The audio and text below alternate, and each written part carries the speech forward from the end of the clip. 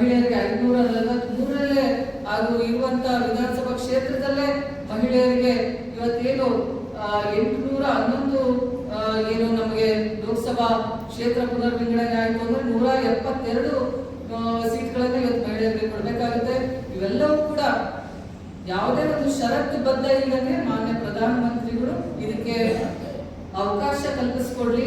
ಮಹಿಳೆಯರಿಗೂ ಕೂಡ ರಾಜಕೀಯವಾದಂತ ಒಂದು ಶಕ್ತಿಯನ್ನ, ನಾರಿ ಶಕ್ತಿ ಅಂತ ಏನು ಹೇಳ್ತಾರೆ, ಇವತ್ತು ನಾರಿ ಶಕ್ತಿ ಅಂತ ಹೇಳಿ ಎಲ್ಲಾದ್ರೂ ಅವರೊಂದು ಆಂದೋಲನ ಮಾಡಿದ್ರು. ಆ ನಾರಿ ಶಕ್ತಿಗೆ ಒಂದು ಬೆಲೆ ಬರಬೇಕು, ಒಂದು ಗೌರವ ಸಿಗ್ಬೇಕು ಅಂದ್ರೆ ಮಹಿಳಾ ಮೀಸಲಾತಿ ಇದೇ 28-29ರಲ್ಲಿ ಜಾರಿ ಆದ್ರೆ ಏನು ನಮ್ಮಿಂದ ಕಾಂಗ್ರೆಸ್ ಪಕ್ಷದಿಂದ ಇವತ್ತು ಅನುಮೋದನೆಗೆ ಅಡೆತಡೆ ಆಗಿದೆ. ವೋಟಿಂಗ್ ಆಗ್ಲಿಲ್ಲ. ಇವತ್ತು ವೋಟಿಂಗ್ ಆಗಲಿ ಇದಕ್ಕೆ ಇದು ಬಿದ್ದೋಯ್ತು ಅನ್ನೋದಕ್ಕಿಂತ ಬದಲು ಇದು ಏನು 23ರಲ್ಲಿ ಇದು ಅಂಗೀಕರಣಗೊಂಡಿದೆ ಅದನ್ನ ಜಾರಿ ತರುವಂತದ್ದಾಗಿ ಇವತ್ತೇನು ಮಹಿಳಾ ಮೀಸಲಾತಿ ಬಿಲ್ ಬಿದ್ದೋಗಿದೆ ಅಂತೇಳಿ ಅಪಪ್ರಚಾರ ಮಾಡ್ತಾ ಇದ್ದಾರೆ. ಕಾಂಗ್ರೆಸ್ ಇಂದ ಈ ಬಿಲ್ ಬಿದ್ದೋಗಿದೆ, ಮಹಿಳಾ ಮೀಸಲಾತಿಗೆ ಕಾಂಗ್ರೆಸ್ನವರೇ ವಿರೋಧ ಮಾಡ್ತಾ ಇದ್ದಾರೆ ಅನ್ನುವಂತ ವಿಚಾರವನ್ನ ಅದ್ರ ಬಗ್ಗೆ ಇವತ್ತು ಸ್ಪಷ್ಟೀಕರಣ ಕೊಡಬೇಕು ಅನ್ನುವಂತ ವಿಚಾರದಲ್ಲಿ ಇವತ್ತು ರಾಜ್ಯಾದ್ಯಂತ ಎಲ್ಲರೂ ನಾವು ಪ್ರೆಸ್ ಮೀಟ್ ಅನ್ನ ಮಾಡುವಂತ ಕೆಲಸ ಮಾಡ್ತಾ ಇದ್ವಿ. ಯಾಕಂದ್ರೆ ಸತ್ಯಾಸತ್ಯತೆ ಇವತ್ತು ಜನರಿಗೆ ಗೊತ್ತಾಗಬೇಕು ಅನ್ನುವಂತ ನಿಟ್ಟಿನಲ್ಲಿ ವಿಶೇಷವಾಗಿ ಮಹಿಳಾ ಮೀಸಲಾತಿ ಎನ್ನುವಂಥದ್ದು 73-74ನೇ ಅಮೆಂಡ್ಮೆಂಟ್ ರಾಜೀವ್ ಗಾಂಧಿ ಅವರು ಇದ್ದಾಗ ಮಹಿಳೆಯರಿಗೆ 33% ಅಷ್ಟು ಇವತ್ತು ಗ್ರಾಮ ಪಂಚಾಯತಿಯಿಂದ ಹಿಡಿದು ಜಿಲ್ಲಾ ಪಂಚಾಯತಿ ಹಾಗೂ ಪುರಸಭೆ, ನಗರಸಭೆ ಅಂತ ಏನ್ ಹೇಳ್ತೀವಿ ನಾವು ಕೆಳಮಟ್ಟದಿಂದ ಇವತ್ತು ಮಹಿಳೆಯರನ್ನ ಗ್ರಾಮ ಪಂಚಾಯತಿಯ ಮಟ್ಟದಿಂದಲೂ ಕೂಡ ಇವತ್ತು ನಾನು ಕೂಡ ಜಿಲ್ಲಾ ಪಂಚಾಯತಿ ಅಧ್ಯಕ್ಷರಾಗಿ ಸೇವೆ ಸಲ್ಲಿಸಿದ್ದೀನಿ. ಇದೆಲ್ಲದಕ್ಕೂ ಕೂಡ ಕಾರಣ ನಾವು ಇವತ್ತು ಕಾಂಗ್ರೆಸ್ ಅಂತ ಹೇಳಿ ಸ್ಮರಿಸಬೇಕಾಗಿದೆ. ವಿಶೇಷವಾಗಿ ರಾಜೀವ್ ಗಾಂಧಿ ಅಂತೇಳಿ ನಾವು ಸ್ಮರಿಸಬೇಕಾಗಿದೆ. ಬಂದಿದೆ ಇವತ್ತು ಕಾಂಗ್ರೆಸ್ ಪಕ್ಷ ಇವತ್ತು ಕೂಡ ಒಂದು ಬದ್ಧತೆಯ ಪಕ್ಷ. ನಾವು ಏನ ನುಡಿತೀವಿ ಅದರಲ್ಲಿ ನಡ್ಕೊಳ್ಳುವಂತ ಪಕ್ಷ ಇವತ್ತು ಕಾಂಗ್ರೆಸ್ ಪಕ್ಷ. ಇವತ್ತು ಏನ್ ಬರೀ ಬಾಯಿ ಮಾತಲ್ಲಿ 2022ರಿಂದ 23ವರೆಗೂ ಏನ್ ಬಿಲ್ ಇದು ಪಾಸ್ ಆಗಿದೆ ಇದನ್ನ ಮಾನ್ಯ ಸೋನಿಯಾ ಗಾಂಧಿ ಅವರು UPA ಸರ್ಕಾರದಲ್ಲಿ ರಾಜ್ಯಸಭೆಯಲ್ಲಿ 2010ರಲ್ಲೇ ಇದು ಅಂಗೀಕಾರ ಆಗಿತ್ತು. ಅಂಗೀಕಾರ ಆಗಿ ಅನುಮೋದನೆ ಆಗಿ ಸರ್ವಪಕ್ಷದಿಂದ ಅಂಗೀಕಾರ ಆದ್ರೂ ಕೂಡ ಮತ್ತೆ ಇದನ್ನ 23-22 ಇಸ್ವಿಯಲ್ಲಿ ಮುನ್ನೆಲೆಗೆ ತಂದ್ರು. ಸರ್ವಪಕ್ಷೀಯವಾಗಿ ಇದು ಅಂಗೀಕಾರ ಕೂಡ ಆಯ್ತು ಕೇಂದ್ರದಲ್ಲಿ. ಅಂಗೀಕಾರ ಆದ್ಮೇಲೆ ಮತ್ತೆ ಪುನಃ ಯಾಕೆ ಈ ಬಿಲ್ ಅನ್ನ 33% ಮಹಿಳಾ ಮೀಸಲಾತಿ ಬಿಲ್ ಅನ್ನ ಮುಂದೆ ತರ್ತಾ ಇದ್ದಾರೆ ಗೊತ್ತಿಲ್ಲ. ಚುನಾವಣೆ ಬಂದಾಗ ಅಷ್ಟೇ ಇವತ್ತು ವಿಶೇಷವಾಗಿ ವೆಸ್ಟ್ ಬೆಂಗಾಲ್ ಅಲ್ಲಿ ಚುನಾವಣೆ ಒಂದು ಗೆಲ್ಲುವಂತ, ತಮಿಳುನಾಡು ಭಾಗದಲ್ಲಿ ಚುನಾವಣೆಯನ್ನ ಗೆಲ್ಲುವಂತ ಗಿಮಿಕ್ ಇದಾಗಿತ್ತು ಅಂತೇಳಿ ಸ್ಪಷ್ಟೀಕರಣ ಬಯಸ್ತೀನಿ. ಯಾಕಂದ್ರೆ ಇದು ಚುನಾವಣೆ ಸಂದರ್ಭದಲ್ಲೇ ತಂದು ಮತ್ತೆ ಇದನ್ನ ಕೈ ಬಿಡುವಂತ ಕೆಲಸ ಆಗ್ತದೆ. ಇದು ಏನು ನಾವು ಮಹಿಳಾ ಮೀಸಲಾತಿ ಬಿಲ್ ಅನ್ನ ಇದಕ್ಕೆ ಯಾವುದೇ ಕಾಂಗ್ರೆಸ್ ಪಕ್ಷದ ವಿರೋಧ ಇಲ್ಲ. ನಾವು ಯಾವತ್ತೂ ಕೂಡ 2010ರಿಂದನೂ ಹಾಗೂ ರಾಜೀವ್ ಗಾಂಧಿ ಅವರು ತಮ್ಮ ಪ್ರಧಾನಮಂತ್ರಿ ಅವಧಿಯಲ್ಲೂ ಕೂಡ ಮಹಿಳೆಯರಿಗೆ ಒಂದು ಬದ್ಧತೆಯನ್ನ ಹಾಗೂ ಮಹಿಳಾ ಸಬಲೀಕರಣವನ್ನ, ಮಹಿಳೆಯರಿಗೆ ಆರ್ಥಿಕವಾಗಿ ಹಾಗೂ ರಾಜಕೀಯವಾಗಿ ಸಬಲೀಕರಣಗೊಳ್ಳೋದಕ್ಕೆ ಏನೇನು ಎಲ್ಲ ಯೋಜನೆಗಳು ಬಿಡಬೇಕು, ರಾಜಕೀಯವಾಗಿ ಶಕ್ತಿಯನ್ನು ನೀಡಬೇಕು, ಅವಾಗಿಂದ ಕೂಡ ಮಾಡ್ಕೊಂಡು ಬಂದಂತ ಪಕ್ಷ ಕಾಂಗ್ರೆಸ್ ಪಕ್ಷ. ಚುನಾವಣೆಯಲ್ಲಿ ಇಂಪ್ಲಿಮೆಂಟ್ಗೊಳ್ಳಿ. ಮಹಿಳೆಯರಿಗೆ 543 ಹಾಗೂ ಇರುವಂತಹ ವಿಧಾನಸಭಾ ಕ್ಷೇತ್ರದಲ್ಲೇ ಮಹಿಳೆಯರಿಗೆ ಇವತ್ತೇನು 811 ಏನು ನಮಗೆ ಲೋಕಸಭಾ ಕ್ಷೇತ್ರ ಪುನರ್ ವಿಂಗಡಣೆ ಆಯಿತು ಅಂದ್ರೆ 172 ಸೀಟ್ಗಳನ್ನು ಇವತ್ತು ಮಹಿಳೆಯರಿಗೆ ಕೊಡಬೇಕಾಗುತ್ತೆ.